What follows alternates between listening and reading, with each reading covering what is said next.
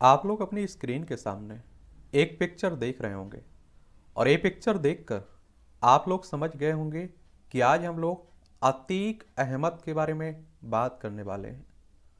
और आप देखेंगे एक बाहुबली उत्तर प्रदेश का। और एक समय आप देखते थे कि उत्तर प्रदेश में इनका दबदबा हुआ करता था।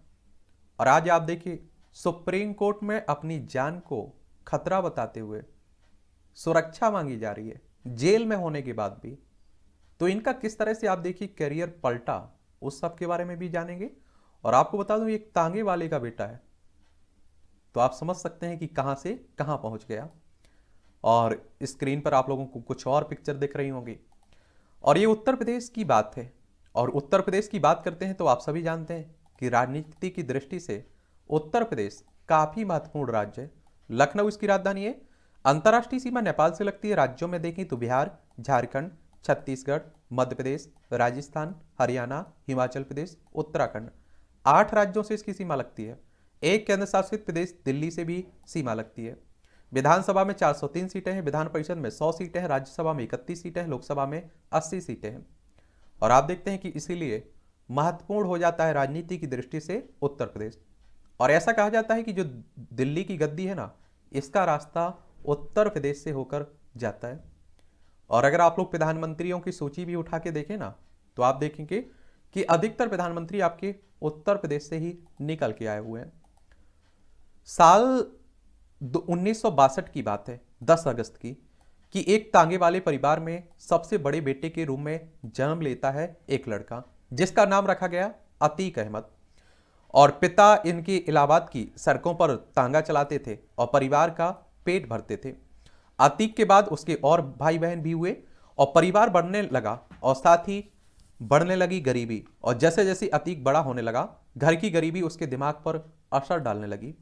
और कहते हैं कि वो सपने देखने लगा अमीर बनने के। और पिता ने बच्चों को जैसे तैसे पढ़ाई के लिए स्कूल भेजा, लेकिन अतीक का मन तो कहीं और ही था और पढ़ाई से जी चुराने लगा। और कहते हैं कि वो सपने देखने लगा कि पैसे कमाने के। अतीक को जल्द से जल्द अमीर बनना था। और 10वीं क्लास में फेल होने के बाद उसने पढ़ाई छोड़ दी और गुंडागर्दी में लग गया। उसका मकसद था इलाके की सबसे बड़ी माफिया चांद बाबा को हराना। वो चांद बाबा जिसका उस समय इलाहाबाद में एक छत्र राज हुआ करता था। फिर आप देखेंगे इलाहाबाद में अतीक ने बनाई पहचान। चांद बाबा के आतंक से कई छोटे गुंडे मवाली परेशान थे। जैसे ही अतीक अहमद सामने आया, उन सब ने चांद बाबा के खिलाफ अतीक का साथ देना शुरू कर दिया। और ये आप लोगों ने पुराने समय में मूवियां देखी होंगी और इस तरह के कारनामे भी देखे होंगे। बड़ी तेजी से प्रयागराज यानी कि इलाहाबाद में चांद बाबा के अलावा भी एक नया नाम गूंज सुनाई देने लगा। वो था चकिया के तांगे वाले बेटे अतीक अहमद का। अतीक अहमद पैसे कमाने के लिए पूरे शहर में भर से रंगदारी वसूलने लगा और महज 17 साल की उम्र में अतीक अहमद पर हत्या का आरोप भी लगा। लेकिन ये सब उसके हौसले परस्त नहीं कर रहे थे, बल्कि बढ़ा रहे थे। और चांद बाबा गैंग से अक्सर अतीक अहमद की गैंग के झगड़े की खबरें आने लगी। और कहते हैं कि धीरे धीरे चांद बाबा का रुतबा कम होने लगा और अतीक अहमद का बढ़ने लगा। इलाहाबाद के इस नए गैंगस्टर की नजर सिर्फ इलाहाबाद तक ही सीमित नहीं रही, बल्कि ये पूरे राज्य में अपने आतंक का राज कायम करना चाहता था। और करीब 10 सालों में ही अपराध की दुनिया में अतीक ने बड़ा नाम कमा लिया। और गरीब तांगे वाले के बेटे के पास अब पैसे की कोई कमी नहीं थी। छोटी सी उम्र में ही अतीक पर 80 से ज्यादा हत्या की साजिश, रंगदारी, धोखाधड़ी, आर्म्स एक्ट जैसे कई मामले दर्ज हुए, 80 के लगभग। और उस समय के सभी गैंगस्टर के बीच अतीक की तूती बोलती थी। लेकिन एक चीज जो अभी भी अतीक की पहुंच से दूर थी, वो थी सत्ता का पावर, यानी कि राजनीति की पावर। और आप देखते हैं कि हमारे देश में जो जितना बड़ा गैंगस्टर होता है, अपराधी होता है और बाहुबली होता है, उतना बड़ा नेता भी बन जाता है। ये हमारे देश की परंपरा बनी हुई है। अतीक अहमद पर चांद बाबा की हत्या का आरोप लगता है। अतीक अहमद का 1989 तक का बड़ा कद हो चुका था और पुलिस भी अतीक अहमद के नाम से खौफ खाने लगी थी। कई बड़े नेताओं से भी अतीक अहमद का उठना बैठना था और इसलिए अतीक अहमद को यह समझ आने लगा कि पैसे के अलावा अगर कोई पावर भी चाहिए तो वो है सियासत के शतरंज को खेलना ही होगा। और कहते हैं कि 1989 में अतीक अहमद ने निर्दलीय उम्मीदवार के रूप में इलाहाबाद से पहला चुनाव लड़ा और दूसरी तरफ चांद बाबा भी चुनावी संग्राम में थे। लेकिन कहते हैं जीत मिली अतीक अहमद को, पहली बार ये चुनाव जीतते हैं। अब अतीक अहमद नेता जी बन चुके थे, लेकिन सफेद कपड़ों में नजर आने वाली इस माफिया के काम अभी काले ही थे। और जीत के कुछ समय बाद ही चांद बाबा की सरे बाजार हत्या कर दी गई। आरोप अतीक अहमद पर लगे, लेकिन इस सब के बावजूद अतीक अहमद की ताकत बढ़ती जा रही थी। और फिर आप देखेंगे फूलपुर से सांसद बने अतीक अहमद। तो अतीक अहमद ने सब पहले दिन 3 बार तो निर्दलीय चुनाव लड़कर जीत हासिल की। और निर्दलीय चुनाव लड़ना बहुत बड़ी बात होती है, जीत हासिल करना बड़ी बात होती है। 1996 में समाजवादी पार्टी ने उन्हें टिकट दी और अतीक अहमद समाजवादी पार्टी के विधायक बनते हैं। सफेद कपड़ों में अतीक अहमद शान ही अलग थी। और आप देखिए मुलायम सिंह यादव की ये पार्टी थी समाजवादी, अब अखिलेश यादव आप देखते हैं उनके हाथ में है। एक तरफ राजनीति का खेल चल रहा था, दूसरी तरफ उन पर पट्टा रंगदारी, भूमाफिया का कारोबार फैलाने के आरोप भी लग रहे थे। करोड़ों रुपए की संपत्ति का मालिक बन चुके चकिया का इस लड़के को महंगी विदेशी गाड़ियों की खूब भांति थी। और आप देखेंगे अतीक अहमद को हथियार रखने का भी शौक था। वो वक्त आ चुका था जब अतीक को अपने सारे शौक पूरे करने थे। अब भी अतीक का काफिला निकलता, महंगी गाड़ियां उनके काफिले का हिस्सा होती थी। 4 बार विधायक बन चुके अतीक अहमद के कब्जे में अरबों रुपए की जमीन थी। और कहते हैं 2004 में अतीक अहमद ने राजनीति में एक नई राय चुनी और 2004 में अपना दल ने फूलपुर सीट से अतीक को सांसद का टिकट दिया और अतीक ने इस पर जीत दर्ज भी की, लोकसभा सदस्य बन जाता है। प्रयागराज के माफिया ने संसद तक का सफर पूरा कर लिया था और तांगे में बैठकर जिन सपनों को अतीक ने देखा था वो पूरे हो रहे थे। लेकिन कहते हैं ना कि अगर अपराध के दलदल में कोई एक बार फंसे तो बाहर निकलना नामुमकिन होता है। और यही हुआ अतीक अहमद के साथ। अतीक पर राजू पाल की हत्या का आरोप लगता है। ये बात है 2004 में, जब अतीक अहमद ने फूलपुर से सांसद के लिए चुनाव लड़ा तो उनके इलाहाबाद की परंपरागत सीट खाली हो गई और अतीक ने अपने भाई अशरफ को यहां चुनाव लड़वाया, लेकिन अशरफ चुनाव हार गया और बीएसपी नेता राजू पाल ने अशरफ को मात दी और ये बात अतीक अहमद को पसंद नहीं आई। राजू पाल को चुनाव जीते अभी कुछ ही महीने बीते थे, उसकी हत्या करवा दी गई। राजू पाल के काफिले पर अतीक अहमद गैंग ने जोरदार फायरिंग की और राजू पाल को 19 गोलियां से छलनी कर दिया गया।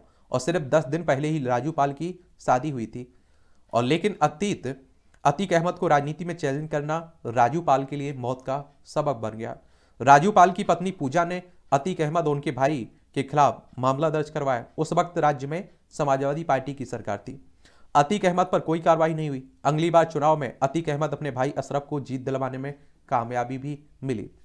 फिर आप देखते हैं कि मायावती का समय आता है। मायावती सरकार में अपराधी घोषित होता है। 2007 में बड़ा बदलाव होता है। उत्तर प्रदेश में मायावती की सरकार बनती है, बीएसपी की नेता है ना, बहुजन समाज पार्टी की। और फिर शुरू होता है अतीक अहमद उनके गैंग के बुरे दिन। बीएसपी सरकार के आते ही अतीक अहमद को राज्य का मोस्ट वांटेड अपराधी घोषित किया गया। और ये आप देखिए उत्तर प्रदेश में बड़ी समाजवादी पार्टी और बीएसपी, मायावती और मुलायम सिंह यादव में काफी कट्टरता चलती रही, एक दूसरे के दुश्मन बने रहे। और आप देखिए जब बीएसपी की सरकार आती थी तो इनके साथ बुरे बर्ताव होने लगता था, बदले की भावना जागने लगती थी। उनकी सरकार आती थी तो उनके बुरे दिन स्टार्ट हो जाते थे। अतीक अहमद पर इनाम भी जारी कर दिया गया। कुछ समय पहले तक उत्तर प्रदेश में अपना दबदबा बना रहे इस बाहुबली नेता को अब भगोड़ा अपराधी मान लिया गया। पुलिस अतीक के पीछे पड़ी हुई थी और आखिरकार दिल्ली से उन्हें गिरफ्तार कर लिया गया। फिर यूपी की अलग अलग जेलों में वो बंद रहे।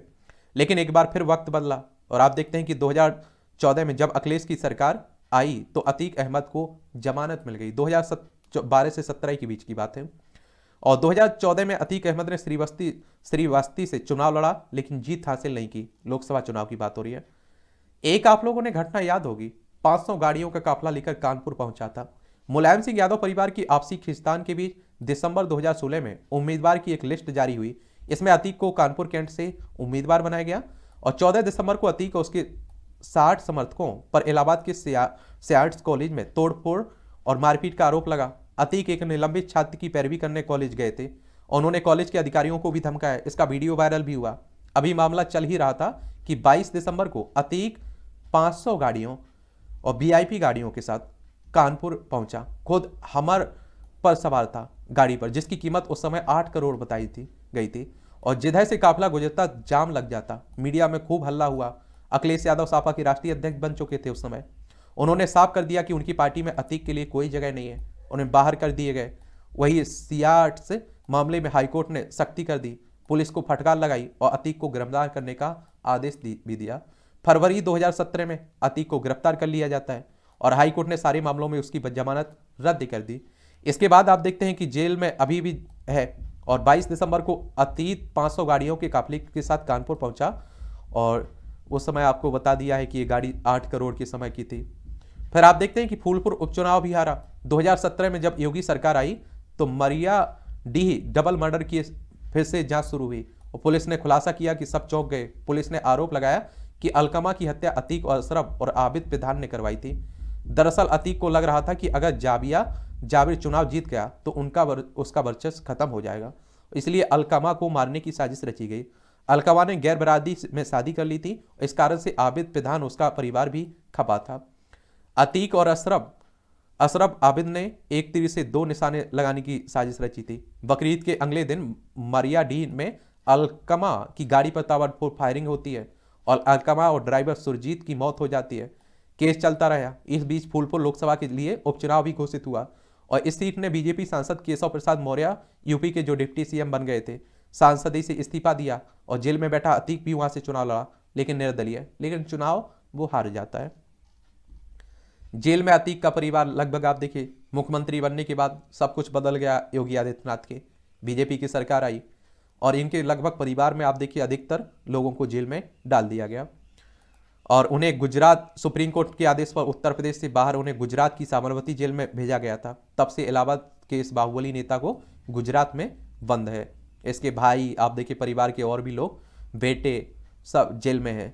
ठीक है, और इसकी जो संपत्ति थी आप देखते हैं कि वो भी बरामद कर दी गई, जब्त कर ली गई है। तो ये कहानी आप देखिए कि तांगे वाले के बेटे की, और एक शॉर्ट बायोग्राफी कह सकते हैं आप लोग, जानकारी कह सकते हैं।